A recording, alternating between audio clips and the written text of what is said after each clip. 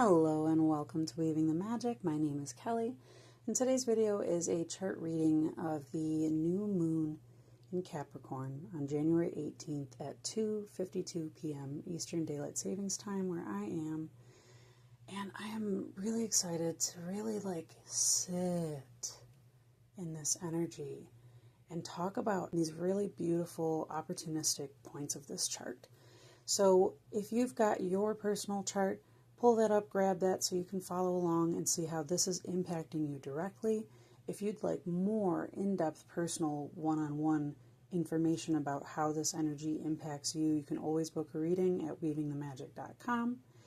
Feel free to do that if you're interested, but right now I'm going to jump into the chart. Alright, so as always, a new moon is when the moon and the sun are conjunct. That means at the same point in the sky, at the same sign and degree, which is, at this new moon, 28 degrees of Capricorn, 43 minutes. The numerology, by the way, in this is huge, so I'm not even going to wait on that. I'm going to start with that. 28. 2 is the intuition. 8 is the infinite lemniscate, the mastering energy, the craftsmanship, the working at something. 2 and 8 together is 10. 10 is completion. It's a new chapter, and this really is. Being a new moon, this is the setting of the intention for the new chapter. And there's so many components all it works here, but I want to jump into the rest of that numerology. The 43 minutes. 4 is structure. It's stability. 4 directions, 4 elements. It's the basis of what makes things up, right? But so is 3. 4 is the square of it. 4 is the sharp edges and angles, the 4-dimensional thing. 3, though, is the seed. It's the 1, 2, 3 of creation. It's the this, that, and the thing they create together. It's the black, white, and the gray, if you will, or the black, white, and the rainbow.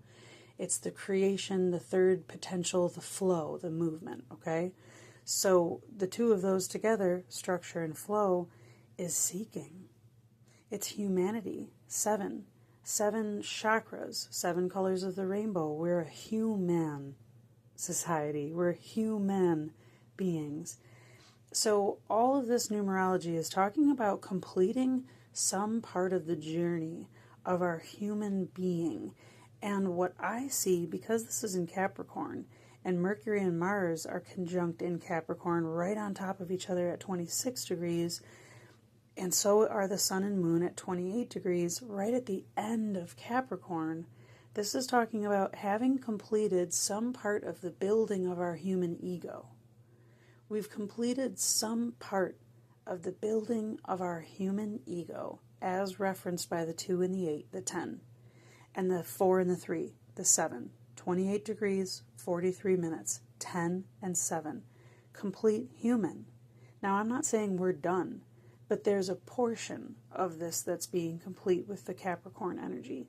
There's a portion of the structuring, how we've structured ourselves, that is nearing completion, okay? Because these are still at the final couple degrees. We've got a few days left to go after this new moon, after this new moon, to get it all together, because you can see in the chart here that Mars is at the end of this procession that's been moving through Capricorn and now into Aquarius.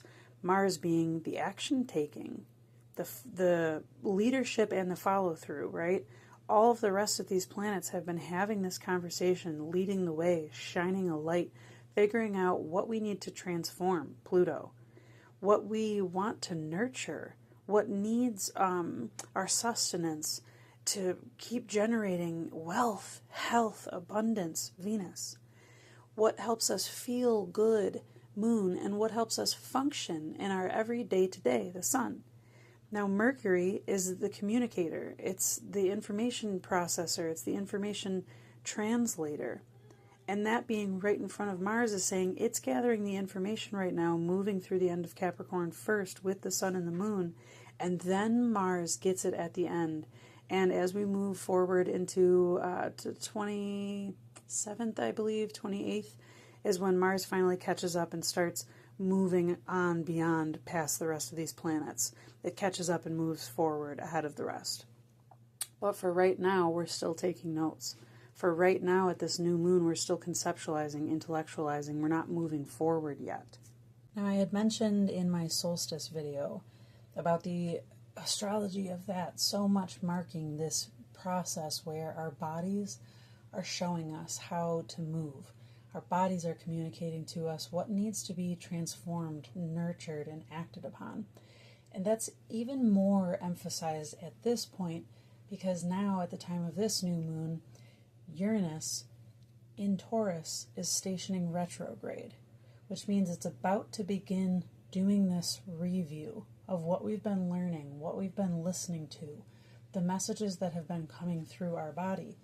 And now again, Mars and Mercury are still at the tail end of this procession of planets moving through Capricorn into Aquarius. Aquarius, by the way, the new thought, the new idea, the electric energy, same as Uranus and Taurus. So this is like a really beautiful time to be open to allowing your body to receive messages. This means practically spending some time sitting in stillness. Now, that is so unbelievably hard for some of us, myself included, but it doesn't have to be. And here's a simple, maybe not easy, but maybe you can practice it thing that I've been doing lately. I've been honing in on my ability to be present, to slow down and to stay put without letting my anything, just period. I've been practicing my ability to stay present, and it is the most powerfully life-changing thing I've been experiencing as of late. And how I'm doing that is giving myself physical cues in my physical hands. I'm using my body to help navigate my mind, to help temper and ground my emotions and my thoughts through my body, through my hands. And specifically for me, this is using the Venus and the Mars energies, the polarity, the duality, the both and, the ability to hold both. Venus's ability to be beautiful just by being, and Mars's ability to create by doing, being and doing. And so for myself, I've created a practice where I have two different textured stones in my hands. In my left hand, the feminine, the receptive, the intuitive, the Venus, I have this hag stone that I found that actually has 3 holes in it, and it's perfectly mine. That's my left hand. That's my being hand. I hold this stone in my being hand, and I remind myself that it is more than enough to simply be.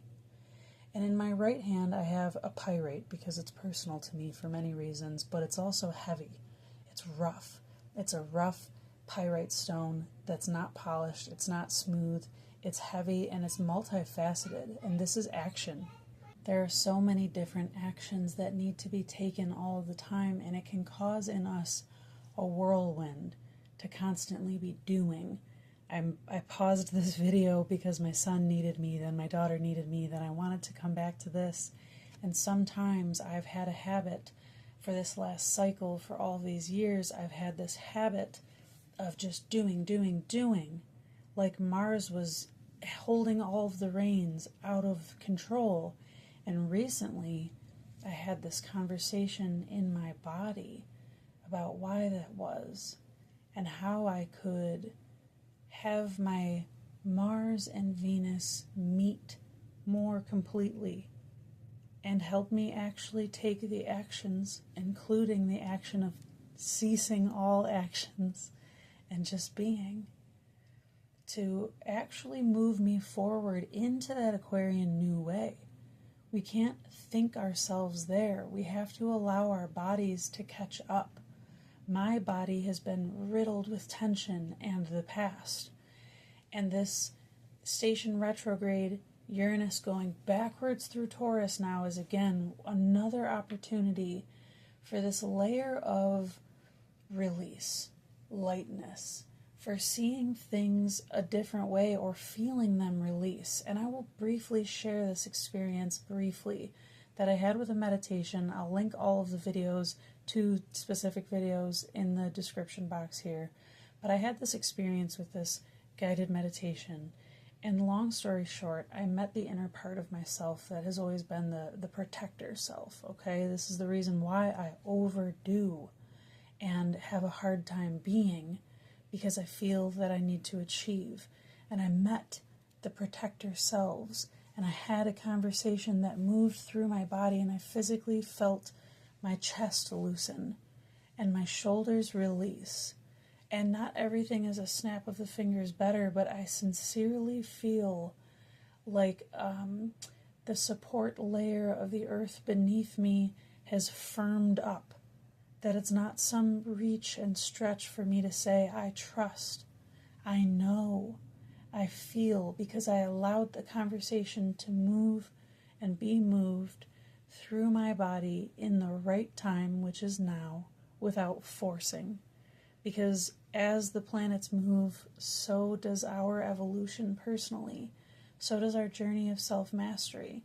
And this new moon in Capricorn, with all of the harmonious things that are happening here, is really supporting this new Aquarian perspective that's not talking about the end Pisces drowning in the totality of all of these deep, deep, deep feelings, but it's talking about this breath of fresh air, this jolt of new awareness, this new clarity that says yes and also. There's all this suffering, there's all this old story, there's all of this linear progression that we can see playing out in our human experience, the way that the world is physically set up in our, air quotes, reality. And also, I do have the capacity to hold, how good could it get?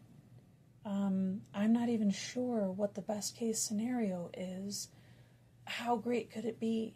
I'm so excited to see what could be the best thing to happen next. What great ideas can come through? What is my capacity for more? I want to point out all of the trines, the beneficial, supporting energies that say, like, I see you, and we understand each other, and we're moving at a similar rate, pace, and speed here. We've got the trines from Uranus to the Sun, the Moon, Mercury, and Mars. So all of this energy from Uranus going backwards in through the body is trining, and that's a beneficial relationship. This is same element. This is both earth elements. So it's like earth element Taurus, bare roots, rudimentary bodily feelings, okay? I mean physical feelings, I mean senses, I mean tangible senses in our body. And then Capricorn, the ability to build structure, the ability to commit to things that help support us ongoing, okay? For myself personally, just as an example, I made a commitment 2 weeks ago to drink lemon water every single morning when I wake up. That's the first thing I do. I sit, I haven, and I drink my lemon water. And recently I've started saying, I nourish my body. I nourish my body. That's the first thing I do. I'm the root of all things that I will do, create, be today, and I deserve, I need to, it's important for me to nourish my body. I don't even need to justify it anymore, but if you still are not at the point where like you need the justifications, just think about the bare bones minimum of the cow. The cow's been a very huge symbol for me lately with this Taurus, Uranus energy. It's the body that will only give milk if it is nourished. It won't produce milk. There will be no meat if you eat meat. There will be no anything valuable coming from this sacred, holy, beautiful cow that can like almost literally turn lead into gold, right? The cow's an alchemist. It eats grass, and look at what it creates. It's the base gold material of all of these decadent things. I'm the cow. My body is important to be nurtured and nourished, and I think that for me personally, where all of this sits in my chart, that's what it's been as the main message. But for wherever you're at, the collective energy of this has a very large resounding, we're all being supported at this level of gnosis where the body knows, and you have every right and ability to pause time for a moment. because segue real quick to Saturn and Neptune that are very, very, very close to getting into Aries, and they're at the last bit of the watery, unsure, putting it all together before it hits Aries, initiator, starting point, springtime, fire time, let's go. But right now we're not there yet. And so this whole new moon is saying, take a pause and don't think about. Let your body talk about. Let your body feel about. Let your body loosen up and relax about what your intentions are moving forward. About what you want to experience and what you need to experience and need to commit to as the structure, as the scaffolding of the life you're building for yourself. What are the small, everyday, routine habits that you can start adding? Nothing that you have to stop doing, nothing you have to restrict yourself from. Because, by the way, Black Moon Lilith in Sagittarius is loudly and emphatically, it's saying, listen, open your eyes. Part of nurture is not repressing. Part of nurture is not restricting. Part of nurture is not saying, I can't have, I don't allow. Like, that's not nurturing. And there is some sort of restraint that is necessary, but Black Moon Lilith talks about, hey, there's been an excess of restraint.